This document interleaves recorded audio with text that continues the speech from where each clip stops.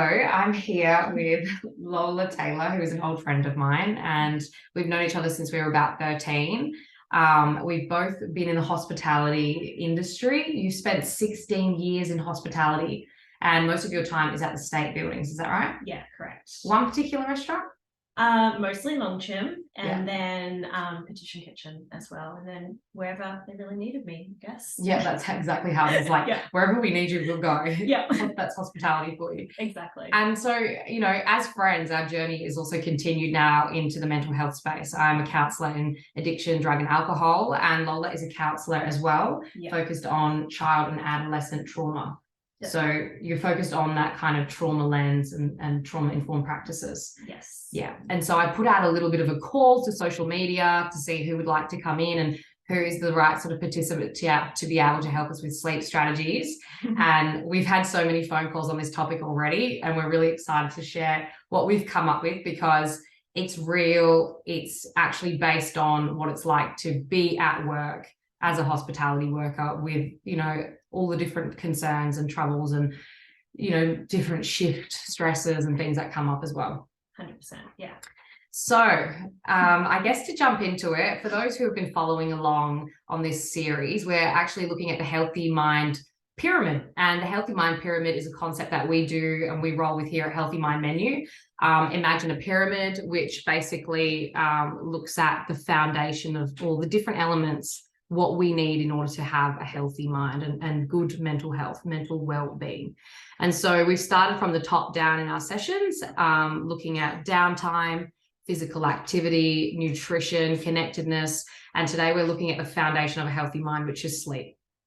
You laughed. I mean, we're sitting here in the guest bedroom, which is, I think, so timely and relevant because there's a bed here. So we hope that this is, subliminal messaging that gets you ready for sleep on this evening as we record this session. I'm just looking at the bed the whole time, and I'm like, it's a prop. It is. It's not even a green screen. It could have been, a Canva green screen, but it's not. We tried those and it was terrible. So we're in real life, we're in RL. So we know that sleep is really important for our mental health, and everybody knows when you don't sleep well, you don't feel great. And so we are doing a little bit of a deep dive. So I guess, talking about sleep and your experience in hospitality, what are your just general observations? General observations. I know, what a loaded question. Loaded question, yeah. Well, I would say that my personal experience with hospitality and sleep has been that I have had a really bad, I don't want to use bad as like a word, but my sleep hasn't been that great because of the type of work that I was doing, the late nights, the early starts, oh, Baba, did you fall off there? Okay, so loaded question. Yeah. Your role in hospitality, what were you actually doing? Well, I was doing a whole range of different things. So I guess I say 16 years, I've kind of probably rounded up. I'm not 100% sure, but I have worked from glassy, bartender to waitress. I have gone to food runners. I've gone into management, supervision, duty management. I've kind of worked my way up through the space. I've also had stints working in the kitchen, which is a lot of fun. By choice or by need? Probably a combination. Maybe the perks. I wouldn't say it's even perks, but probably just the fact that you're dating a chef, and that kind of happens. It's like, hey, we're short staffed. You've got a free night. Come along for the ride. And how often that happens in hospitality, because it is such a community.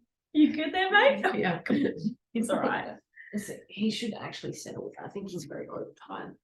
There you go, you're looking. Perfect for our theme. If you have a sleep-deprived dog that just doesn't know how to fall asleep. Sleep deprivation, we'll be going into that. But yes, we know that even in hospitality, like the hospitality community is strong, and it's kind of what I found is, and talking to others as well, when you're in the industry, it's like you're all in. Oh, yeah. It's like, you're either in or you kind of go out. Yeah. It takes like so much from you. And, you know, maybe it depends on the personality types that enter hospitality, but you know, if I think back to my time working in pub and cafe, I would just want as many hours as possible. I was just clocking. Yeah. You know, running from the cafe at 5:30 in the morning, then crossing into the pub and staying at the pub till close, and then back to the cafe at 5 in the morning. Yeah. And you know, I noticed even for myself, like just chaining coffees, and that just became a norm. Yeah. So I guess, like, why do we think sleep is so important? Well, again, that's that hard question. I'm like, for so many reasons. Like, for so many reasons. Yeah. Like, we know that it's important. We know that we need it in order to recharge. We know that we need it. What's that thing that you were talking about earlier about, like, your brain washes itself? Yeah, we were talking about how, like, when you go to bed at night, the brain actually washes itself. It's like a cleansing period. It's restorative. And, you know, a lot of the research suggests that when you're not getting that sleep, and for a grown adult, it's 7 to 9 hours. And, you know, I think there's like the 1%er who can do 4 hours. I'm yet to believe it. I think that's like pretty rare. But when you're not getting that 7 to 9 hours sleep at night, it can lead to lots of different health concerns around, you know, your weight, mental ill health, Alzheimer's later on in life. Yeah. So, you know, it pulls on so many different areas of us that, getting sleep at night so the brain can wash itself is critical. And we see this with our clients in clinic, the effects of not sleeping and what that does in terms of even past traumas and how everybody's different, right? You would have 100%, a lens around that. Yeah. So I think what I see for kids and teenagers who struggle with sleep is that they're often, it's through the lens of the parents and their observations, is that they're either staying up all night, or they feel like their brains are unable to switch off, or they're overstimulated from sensory overloads, or it could be medication that they're taking because particular medication might keep them up. It might be that they need to eat all the time, again, side effect of particular medication. Yes, true. Like, there's a whole bunch of things that impact kids and their ability to focus. I was going to say focus and stay regulated, or engage in school, or to engage in, you know, after school workplaces, a whole bunch of things. You know, even as you're saying that, it's got me thinking, because obviously we're focused here on strategies for the hospitality industry and how being in hospitality affects the way you sleep, but having that trauma-informed lens, and I guess that's just a fancy way of saying we're all complex individuals with our own past history, and, you know, so many things have impacted us to help us become who we are today. And so, you know, how you're sleeping, even if you work in hospitality, has already sort of sometimes been set by your childhood practices as well. So, you know, if you're somebody who does always stay up late at night, and actually this is funny because you're a night owl, I'm a morning person, and so, you know, I'm guessing we've been like this since childhood. And so then coming into an industry that's also going to impact the places we work, or the decisions that we make as well, and how that particular venue or line of work is then going to affect us. I'd even go so far as to say that my inclination to stay up late influenced the choices of places that I would seek employment in. So my preference would be, okay, well, I like staying up late, so I'll work in nightclubs, I'll work in bars, I'll work in restaurants, and I'll do all the night shifts. And I remember even having that preference when I was a teenager, with my first job working in restaurants, but also even before that when I worked at McDonald's, and I was like, give me all the night shifts, like I want that. And I guess that's something that I've kind of taken all the way through into adulthood, not realizing like how much that has impacted me. Because now I am a morning person. I'm not a morning person, but I'm on a morning schedule. I'm on a morning schedule, and I'm forced to wake up in the morning, and I absolutely hate it. I'm the worst waking up in the morning. I'm so cranky. And that just, I guess that goes to show, like, I mean, when I worked in hospitality, I'm a morning person, and I worked in a very early morning beachside cafe. I mean, there was a pub linked to that, but that's what I liked. I liked the morning vibe. But like you said, it's not always that we can choose a venue that we do always have the choice, but sometimes our passions and our opportunities might lend to the opposite. Yeah. I know on the phone the other night, we had this really amazing conversation around hyperarousal, and I thought we should include a little bit about this because it's going to link into some of our sleep strategies, especially when we're talking about, in counseling and working with clients, I'm just hearing all the time, like, I just can't sleep. And, I don't want to lay in bed and breathe. It's not working. There's something more going on for me. Or, I just get chronically overtired. I've got insomnia. This is obviously just the way that I am. And that can be really defeating. So I guess hyperarousal is going to link into that. Can you give us a bit of an overview? Yeah. So, there's a model, if you ever want to look it up, window of tolerance is just a way to explain people's tolerance to withstand stress and different situations. Now, hyperarousal is the peak, and then you've got your comfort zone, and then underneath you've got hypoarousal, which I'll go into a little bit after. Exactly. So when you talk about the parasympathetic and the sympathetic nervous system, your sympathetic is linked into your fight or flight, which, if we were to look at fight or flight and what would happen to our bodies physiologically, is that our heart rates will increase, our blood pressure increases, our breathing changes so that we can increase oxygen. So more rapid breathing. Like literally like increasing like the fuel. We have adrenaline, we have cortisol, we have all this stuff that's kind of pumping through our bodies that's helping our bodies prepare for fight or flight. So move towards or move away. From danger or threats, perceived threats? Perceived threats, stressful situations, overwhelm, whatever. So even like conflict, all of those different moments where we might be met with a challenge. Yep, 100%. Yeah, so all of that stuff is happening through our bodies. And I guess if we were to kind of link that in with what that would look like, that would be that we would be overreactive, we'd be emotionally distressed, we would have unclear thoughts, we would be in states of overwhelm, we would be restless, fidgety. If I was to look at it from like a sleep, it's like tossing and turning all the time. So if somebody's in this sympathetic fight or flight response to some kind of stressor, these are likely the individuals who aren't getting to sleep, have a lot of overthinking in bed, feeling, like that wired kind of feeling, or probably relate with insomnia. Yeah. And there was like a model that I know that we quickly Googled before we jumped on here, which was we're really into this, just like all of our conversations are just nerding up around the psychology of this. Yes. So winging it 100%. But there is a model, it's the physiological model of like, I didn't say insomnia, but they said the physiological model. And so if you had insomnia on one end, you would have three sort of brackets that would break that down. So you would have sleep initiation. I'm going to have to...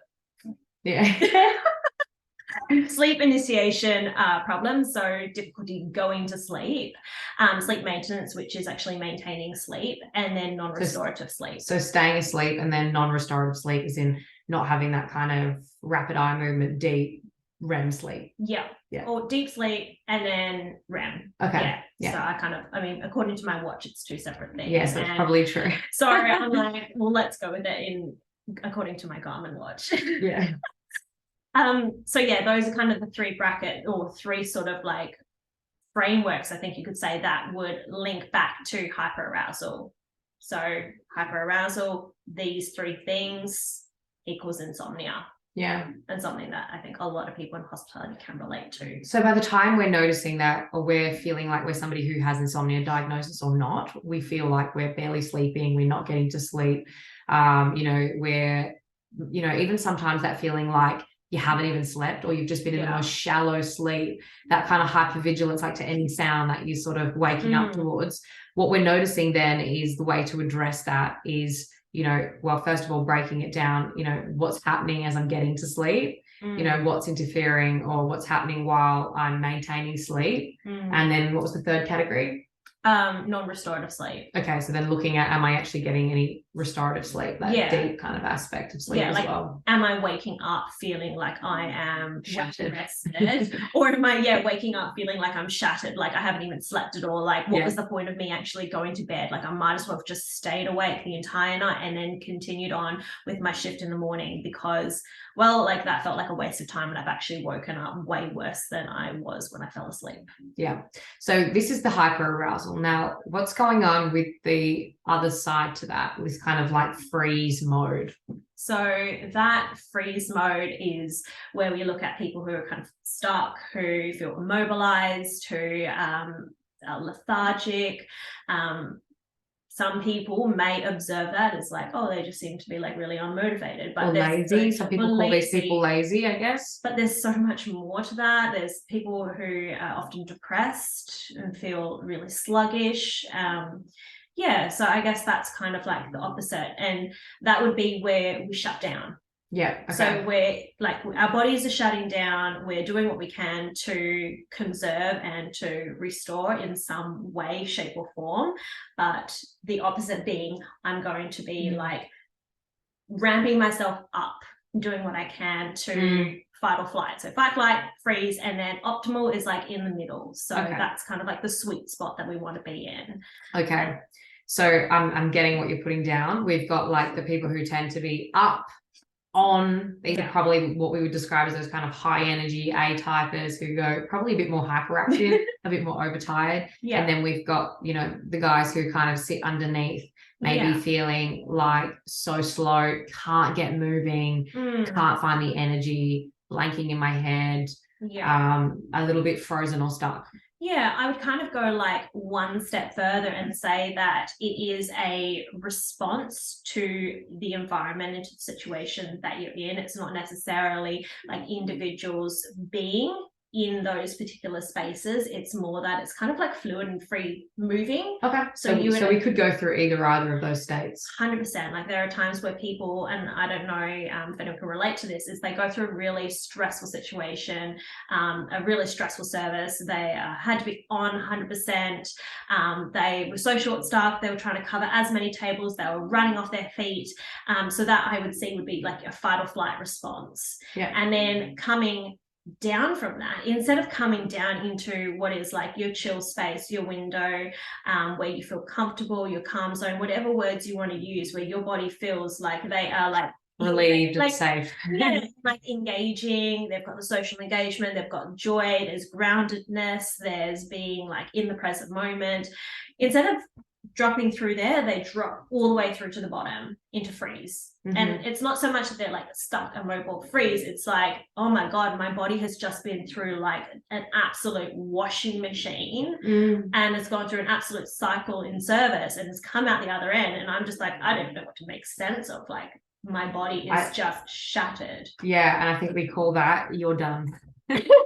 I'm done. The end. Burnout. Yeah. Okay. So we've got the kind of like hyper aroused. We've got the guys who tend to go into that kind of paralysis, and we have the sweet spot in the middle. Yeah.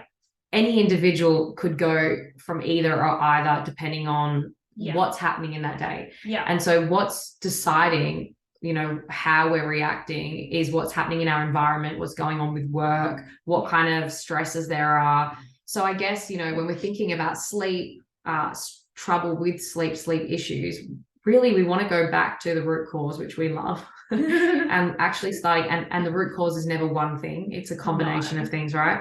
And actually starting to look at what is going on in my day, what's been building in my week, what is my environment like? Is it really hectic, stressful? Not only that, but like when we're taking into consideration like what's been happening at the moment, this COVID-19 pandemic and the effects of that, I think we're becoming normalized to, or we have been sort of normalized to, what has been this kind of shadow of stress. Prolonged period of stress, prolonged exposure to traumatic situations. So if I was to look at it from a trauma perspective, it'll be trauma is defined as anything that overwhelms our ability to cope. whether Okay, it be my brain was like, that's like most things. That's like most things, right? Okay. Which is why like trauma is so universal, and there's no like one way in which trauma, you know, looks like. Well, actually, let me rephrase that. What trauma looks like in an individual is so different and so unique, because no one's experience that is traumatic is the same. We've all just gone through a pandemic, and some people have thrived, some people have, you know, the opposite, have really, really struggled with it. And it's been like the worst. Some people haven't even made out the other side. Like, I mean, yes, we're technically still in the middle of a pandemic. But some people didn't make it because it was so overwhelming for them. And like, I mean, if I was to look from that angle, I'd be like, prolonged exposure. And that's right. Like, so even for example, if my work environment is starting to stabilize, and if you're in hospitality, you don't have work shortages, who are you? But, you know, if my work environment is seeming normal, as in it's got nice flow, the right kind of balance, and yet I just am so exhausted, then it's not necessarily your venue or your particular processes or organizational systems that might be stressing you. It might actually be this pandemic and what's kind of been happening around us as well. Exactly. I guess as well, like, we also bring our personal life to work. Like, we know that especially now more than ever, there is that synergy. So I guess how we sleep as well is going to determine what's happening in our home environments too. So like, I was listening to a podcast yesterday. Of course you know. On sleep. I was doing research for this. And I was listening to it, and there was a quote, and I'm not going to be able to quote it like word for word, but essentially the essence of it was that your environment, and I'm not talking about like the physical environment in the globe and things like that, I'm talking about like your environment within your bedroom, the people that you sleep with, the people that you cohabit with. I'm not talking about like people that you sleep with in the same bed, but also like the people that you might share a house with. They, and the actual house itself, like the location of it, the socioeconomics of the area in which you are, that you know, live in. All of these factors influence how we sleep. So environment is like, it's so deep. Like, you could really spend like a whole like session just unpacking environment and the impacts it has on sleep. Exactly. And getting the environment right for the individual, and that again is going to be different for everyone, but there's definitely a set of general principles or ideas to get started in terms of the temperature being a little bit cooler, so that the body Shocker. No, I'm like, oh really? Electric blanket, like, I need that. And this is where the individuality comes in, right? So, you know, having airflow, so cracking the window a little bit, again, that's going to depend on if you can open the window and feel safe. You know, so that makes a difference. Clean hygiene, so like having clean bed sheets. You know, again, having the kind of the right sort of pillow if you might have previous injuries, or you know, is your actual mattress setting you up for success depending on your actual body and your needs there as well. But, you know, on the phone call the other day, we were also talking about emotional safety and like how, and sometimes we can't sleep because we feel emotionally unsafe. Like, what does that even mean? I know, right? And like, I wish that I had like an easy answer to describe emotional safety, but I guess I could kind of look at it from like my own personal experience, and that is like, do I feel safe enough to be able to express my emotions fully and just surrender to that feeling of whatever that emotion is, be it like joy, be it sadness, be it anger, frustration, irritation, like grief, whatever it may be. Do I feel safe enough to allow myself permission to just sit with that emotion? And that sounds like really high tech, and trust me, that's taken years for me to be able to even get to that point. But I think a lot of people, in my experience coming across children, don't feel safe to be able to express their emotions because they seem so scary and so overwhelming, and so they don't. And I guess that also leads from not being taught how to do that, how to regulate, which then can carry through to adulthood. I know in my experience of addiction counseling through drug and alcohol substance, when I come across clients who can't sleep, sometimes there is that emotional deregulation of actually there's somebody who's extremely angry here. And I don't know about you guys, but if I'm angry, frustrated, pissed off, like really, I cannot sleep. In the same way, if I think I've done something wrong or I'm in trouble and I've got to confront something tomorrow, even at work, I can't sleep.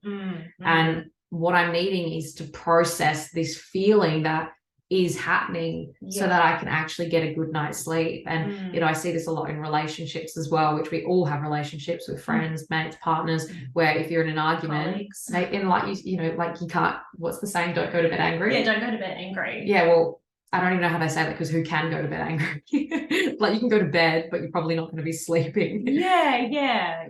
We'll have the awareness of like how to actually express that anger, because I think, and this is just something that I've seen, is that there's so much fear around expressing anger and so much shame around expressing anger. I tend to think that sadness is getting good PR with "Are you okay?" You know, like if our friend is down or we know someone's depressed or grieving, we have this sympathy and empathy where we go, yeah, you know, I feel for you. You know, I'm here if you want to talk, and we open up that space. And as soon as we see someone angry, we're like, ew, no, that's bad, that's wrong, dangerous. And sometimes that's true, it can be dangerous, but we do need to learn how to process some of these emotions, which is going to contribute to whether or not we sleep. And something that I share with the kids is that it's okay to be angry. There's no shame in being angry, and there's nothing wrong with expressing anger. But where it goes wrong is when we take it out on other people. We're allowed to be angry. Like, oh my God, this morning my alarm was going off and it was like down the hallway and I couldn't quite get to it. And I was so angry. And I was like, I was just like, I was throwing shit. I was like, this is frustrating, like validated it, like got it out, had to like punch a pillow, do whatever I needed to do. And then walked down the hallway, turned my alarm off, and I was like, I'm not okay with this, but like that was freaking annoying. And like I didn't need that this morning. And that's actually like the one thing that ticked me off. And I want to start my day happy, but I'm not a life happens sometimes. Like life sometimes happens. And you know, on a hospitality shift, like you can think you're doing the best that you can do. Maybe you're doing the best you can do that day, but it might not always be enough for other people. And you know, that can cause anger. And you know, we all have different processes with anger. Some of us are more explosive or more assertive in that, others tend to suppress. But every day we can be doing some work to process our emotions. And you know, there's so many resources out there, so we're obviously not going to go into detail into how to regulate your emotions in here, but even just start with that Google. Actually, don't go to Google, go to YouTube, because there are so many conversations and strategies around that. So I guess we've talked about some of the things that can impact sleep. You know, we're talking about conflict at work, stress, you know, how that then impacts our response to that, our kind of window of tolerance. Too high, too revved up, can't get to sleep, in that hyperdrive kind of state. The overthinkers as well in there. And then also not overdrive, what's the opposite, I guess, moving, like immobilized. I can't get moving, I can't go to work today, oh my God, I can't do this task, I feel so flat, I feel stuck, so burnt out. I'm so burnt out. I know that's what we talk about, like and there's been more conversations around burnout, but I definitely see that the being immobilized is the result of being in like a hyper-vigilant, hyper-arousal state for a prolonged period of time. And you know, listening to this, if you are listening to this and you become aware of that, being careful with the way we use the word lazy. You know, like lazy, you know, can be something really hard to hear when you're actually trying your best and you really can't get moving. And actually that kind of brings me, like, it actually brought up a couple of staff members that I remember, and I shouldn't, I'm not going to name names or anything. I was like, definitely don't name We're names. not naming names here, but there are people that over the years, and I'm talking like the whole span of my career, there would be people that would be labeled unreliable or lazy or unmotivated, or they don't look like they want to even be here right now, or they just won't move their feet. Like, it's like they're not picking up the sense of urgency. Like, hey, are you seeing what we're seeing? Like, it's absolute chaos right now. There are tables that need to be cleared. There's like stacks of glasses that need to be polished. We've got food up on the pass that's sitting there. We can hear a chef like yelling out service, and like, I don't know, sometimes it's like the clap of the hands or whatever it might be, or that bloody bell. Oh my God, I still go to bed hearing that bell. For me, it's the printer. Oh my God, yes. Like dockets. The docket printer, like it's like Pablo's yeah. Like, oh, we've been conditioned. Like, we've been conditioned, and like we hear that and it's like stress response. Yeah. But yeah, I see those people, and I kind of think about like what's going on for them, and maybe it's not necessarily like sleep deprivation, but it's talking to like a bigger picture, which is like where they are in their nervous system and what's going on for them in their personal life. And then totally, I mean, we're on the other end of seeing those clients in the clinic who are going through some serious challenges. And I guess that's where we can start to have empathy and compassion. You know, okay, well, something's going on here. So you know, we're talking about these different elements that impact sleep. You know, we're talking about the work environment. We're talking about your bedroom and the simple things like creating physical safety. We've talked about emotional safety, so being able to process our emotions so that we can actually get it out so we can get to sleep. And you know, the opposite of suppression is expression, so moving those emotions through. And I guess where we're really needing to head now is into some of the strategies, like what else can we do around that? And one of the things we discussed, you know, is not just self, like I can do things for me as a person, sure. And, you know, I can go into an environment, like I can go to work tomorrow into my hospitality venue, and then I can come home and do my best to get to sleep. And then I can go back to work and deal with the same stresses.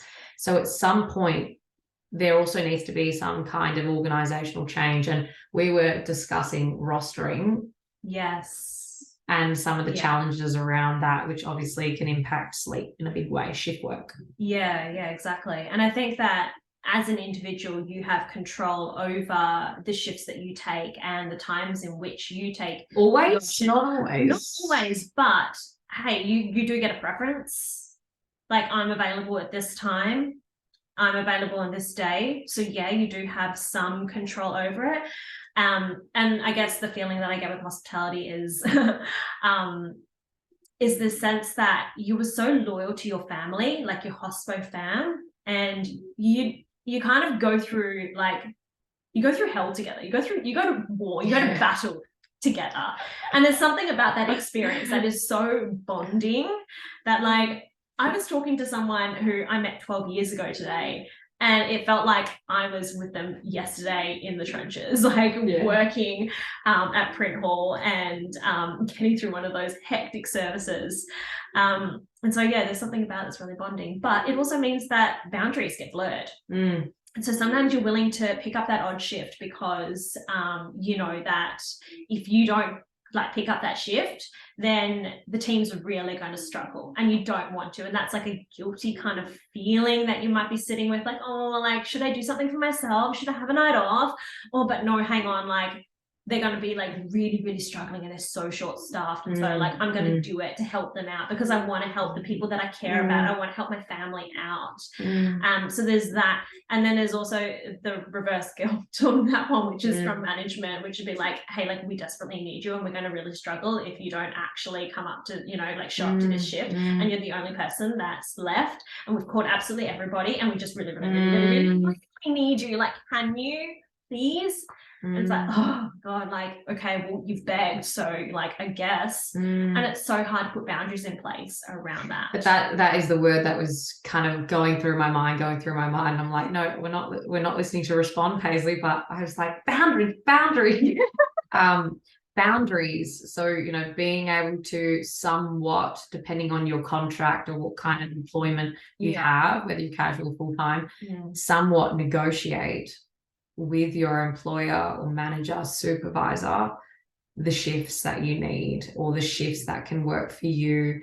That's obviously going to be easy for some and not you know, and harder for others, depending on your confidence to put boundaries in. And you know, if you're not confident to do something like that, then my suggestion would be to go seek professional services and start practicing those conversations with somebody who can help, or you know, even reading through things like Fair Work, so that you can start to understand, you know, what is okay, what's not okay, when you're being totally played, and you know, when they're basically taking the piss, more or less. So you can kind of start to put those boundaries in. Yeah. And there's also that other layer as well, which is like, I think you spoke about this at the very beginning, which is like, I was just willing to pick out any shift that I possibly could because I loved it, and because like I wanted the money. And then there's that like drive for something, like there's a purpose. Like if I work extra shifts, I get more money, then I can save more for that holiday that I really want to be going on.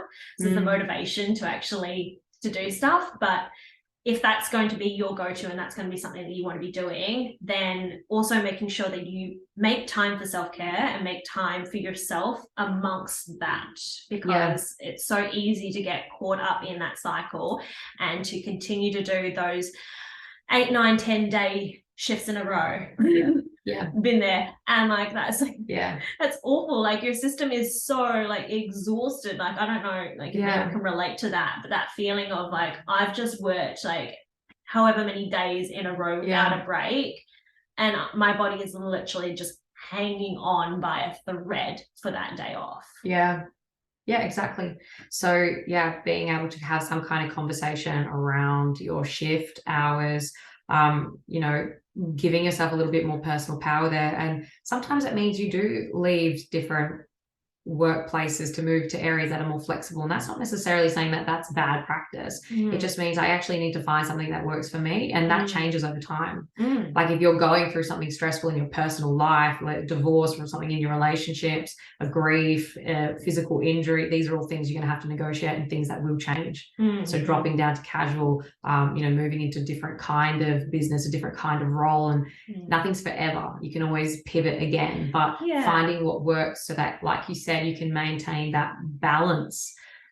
We know when we're looking at our blessed healthy mind pyramid that we need these other, you know, these are all interdependent factors. You can't just get sleep and focus on sleep. You also need good nutrition, and good nutrition will impact your sleep. What are you eating? You know, are you cranking coffees and Red Bulls and like vodka shots before, you know, you're winding up? And what effect does that have on your ability to sleep? 100%. And then there was something about that we were talking about, like what you consume before bed.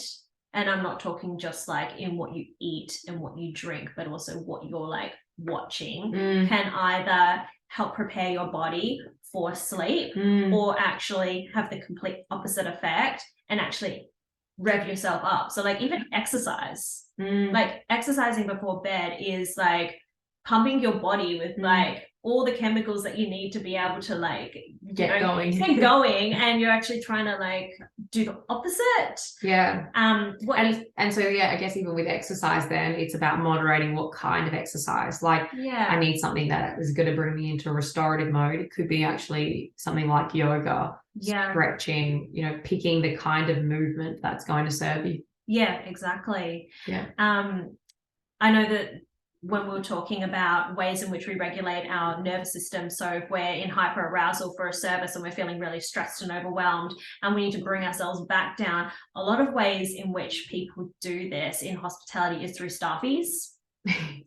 And it's that like love a staffie, but it's love a freebie. Love a staff discount. We love the freebies, but when I kind of took a step back and got into this role, I kind of looked at the culture around staffies and then the overall thing and what it was actually doing. And that is, we're drinking alcohol as a way to regulate our nervous systems and our way to de-stress and unwind, but through consuming alcohol, which when you're actually drinking alcohol, it's actually it's a sedation, not necessarily going to get you into that deep restorative, deep sleep mode that we want. Alcohol and even, you know, things like cannabis, it's actually more of a sedation. So you might get knocked out, but you're not necessarily going to actually wake up with that feeling of, wow, I'm ready for the day and I'm energized. And then the compound effect of having staffies every day. Exactly. Hey, there was a word that you brought up that I really like, talking about shift work. And it's like when you do a close and then you do an open, like all in like a hot 48 hours, 24 hours. Yeah, a clopen. A clopen. Yeah, clopen, yeah. Which I think I've never heard of that, but I definitely have done that before. I don't know if that's like something that's necessary. Maybe you just made this up. No, I just make it up. I heard it when I worked at the state buildings. Okay. And it was something that was used, like it was coined as a way to describe those shifts where you would do a dinner shift, you would do the close, and then you would wake up and do the open shift, or as early as an open shift. Yeah.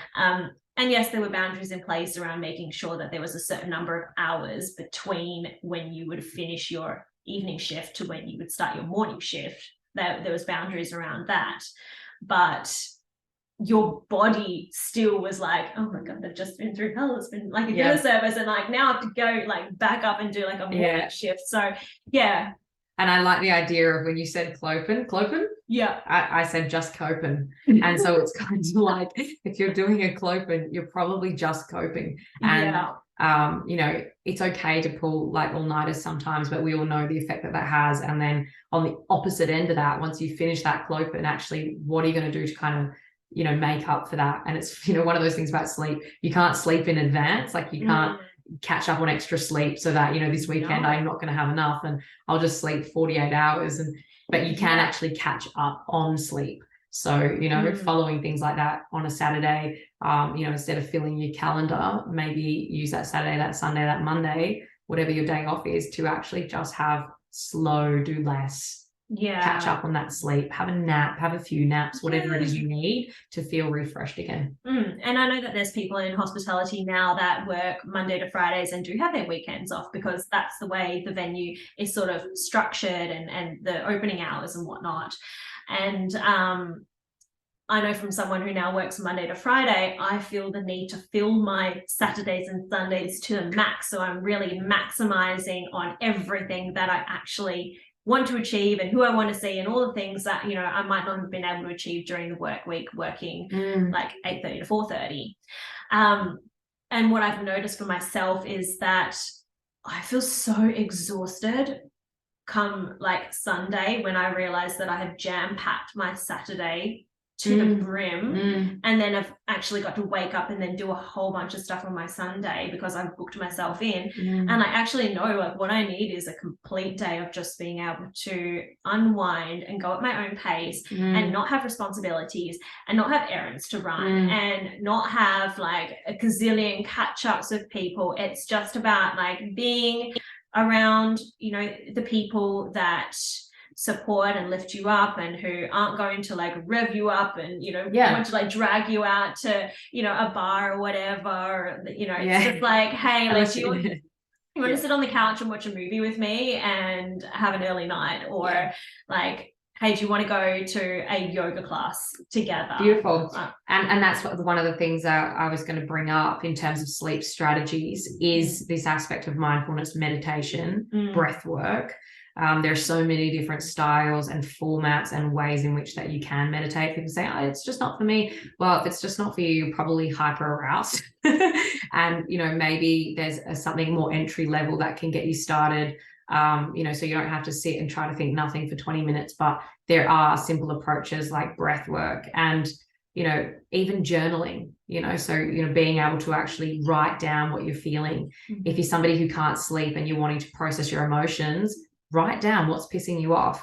If you've got a lot of things on your plate, write a list of things. So before bed, write a list of things, get it done. So, you know, tomorrow when I wake up, I know I'll get back to these things, but for now they're written, they're done. I'm going to let myself sleep. So mindfulness, playing soft music, meditation, breath work, journaling, these things can come into a night ritual to help you wind down.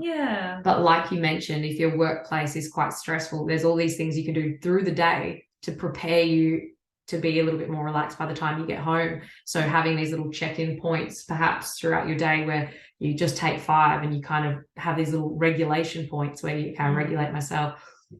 that was a hectic hour or whatever it might be. You know, it's like sipping water throughout the day as opposed to trying to drink a liter before bed. Yeah. I don't know why I can't sleep. Well, go out like on your lunch breaks, or you know, lunch breaks. I mean that loosely, but like go out on your break. And if you're in a space where you do have nature around you, you might be on a venue on the beach, or you might be in a venue in the hills or something. Like go out and have a walk around nature, take some deep breaths, like ground yourself amongst nature, even just listening to like the sounds of the ocean. Like I can hear it now, but like hearing the sounds of the ocean, or listening to like the birds in the trees. Like, and I know that sounds really cliche, but just taking your mind away from what is like overwhelming and stressful, and starting to reconnect with what's actually happening around you in the present moment. Connection. And even when we're looking at the healthy mind pyramid, connectedness again is going to be linked to sleep too,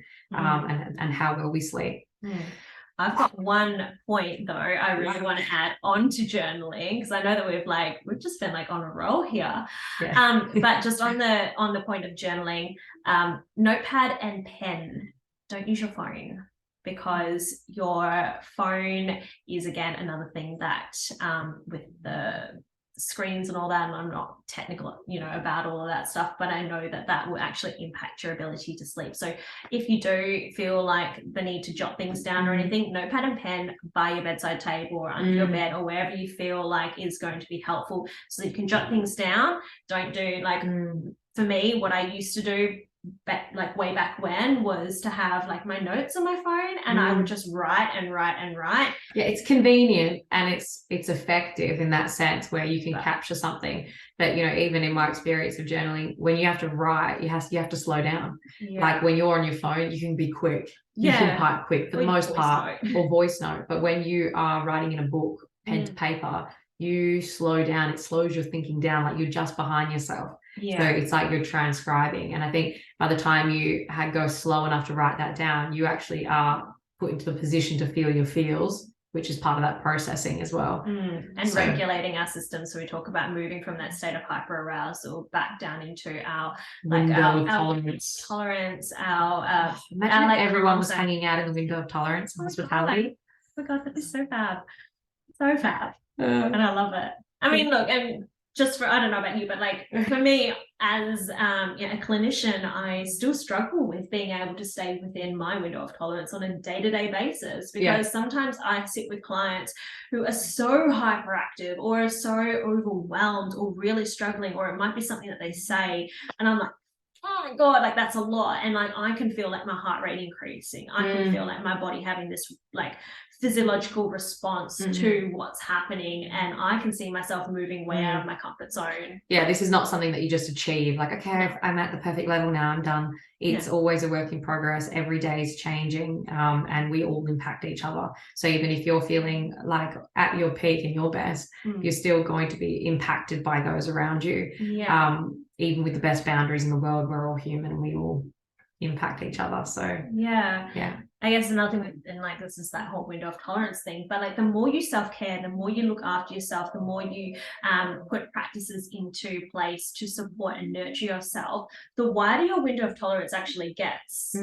So you're actually like your ability to withstand stuff actually gets bigger and bigger. So you're less likely to move into that state. You're going to be someone who's quite grounded through a service, who's going to be able to navigate something quite stress-free, who's going to be able to have logical thinking and decision making. And as someone who's in a position of leadership, it's really important to be able to have that critical thinking and being able to make decisions for, you know, the team and for whatever it is.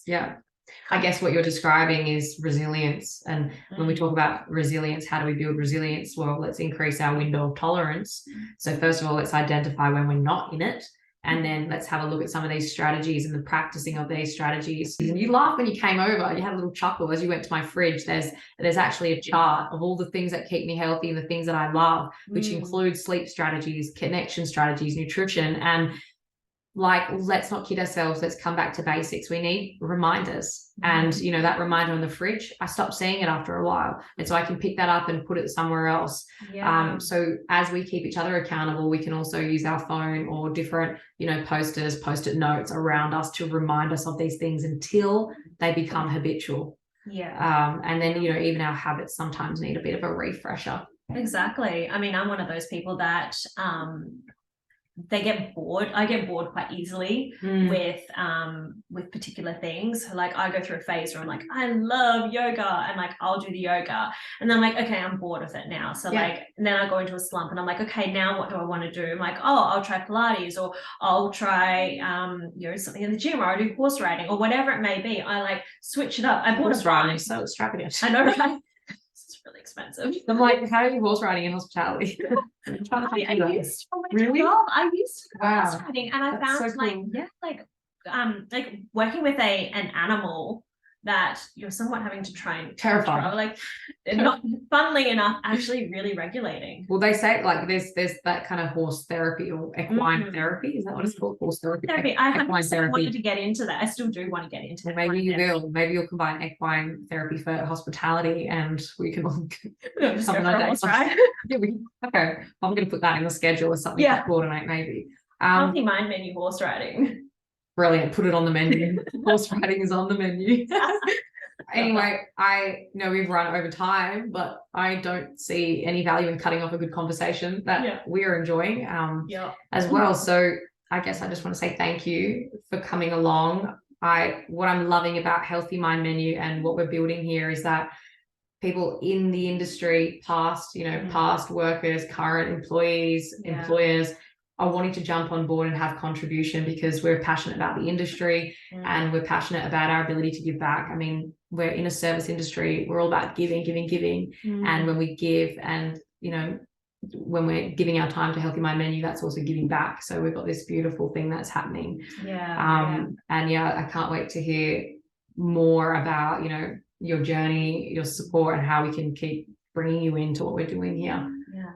Well, thank you so much for having me. It's been great to not just reconnect with you, because like I know we haven't seen each other in like a few months, but to be kind of back into like the hospital world. And I was saying to you like last night on the phone that I actually have like two hats. Like I've got my therapy hat where like, you know, I don't swear, I don't do like I'm on the phone the other night. She's like, but can I swear? Because when I talk about hospitality, and once I get into that mode, you know, I start to have a bit of a potty mouth. And I was like, well, I prefer to keep the language kind of clean, but like, let's just be honest. So you might have seen that I was like on the cusp, and like just kind of like mentally like filtering, because I was like, I'm gonna have my hospo hat and then my like counselor hat, and at some point like there's gonna be a crossover, and I'm not sure what's gonna happen. So it's been great to step back into this world and support the industry, because it is something that I'm extremely passionate about and I love, and has played a huge part in my life.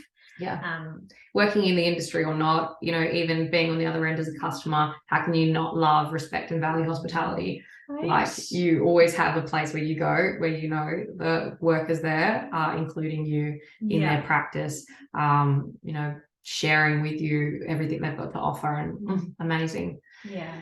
Thanks so much. Thank you. I can just hear Rico like snoring. We have a bulldog in the corner here who's been snoring away, and it's been a process of getting this together tonight, but we've had fun. He was hyper aroused. He's a sleep deprived puppy, and so everything's on theme tonight. Beautiful. Thanks so much, guys. Thanks. And for everybody who is listening along or watching the video, we have our online support sessions every single month. You know, it's completely free. They usually run for about 45 minutes, but when it's good, we just let it run a little bit longer. Any questions that you have, you can send directly to me. I am Paisley Madison, the coordinator here at Healthy Mind Menu. And you can reach me at coordinator@healthymindmenu.org.au, or head to our website, Instagram, I don't know, all the communication channels. You will basically get directed to me. So God help you. And we're looking forward to the next session coming up to our summer series, and we'll start to have a look at, you know, what impacts hospitality over summer. Let's look at substance. Let's look at finances, Christmas, the heat, and, you know, what is happening for us in that space. So I look forward to it. Yeah. Cool. Awesome.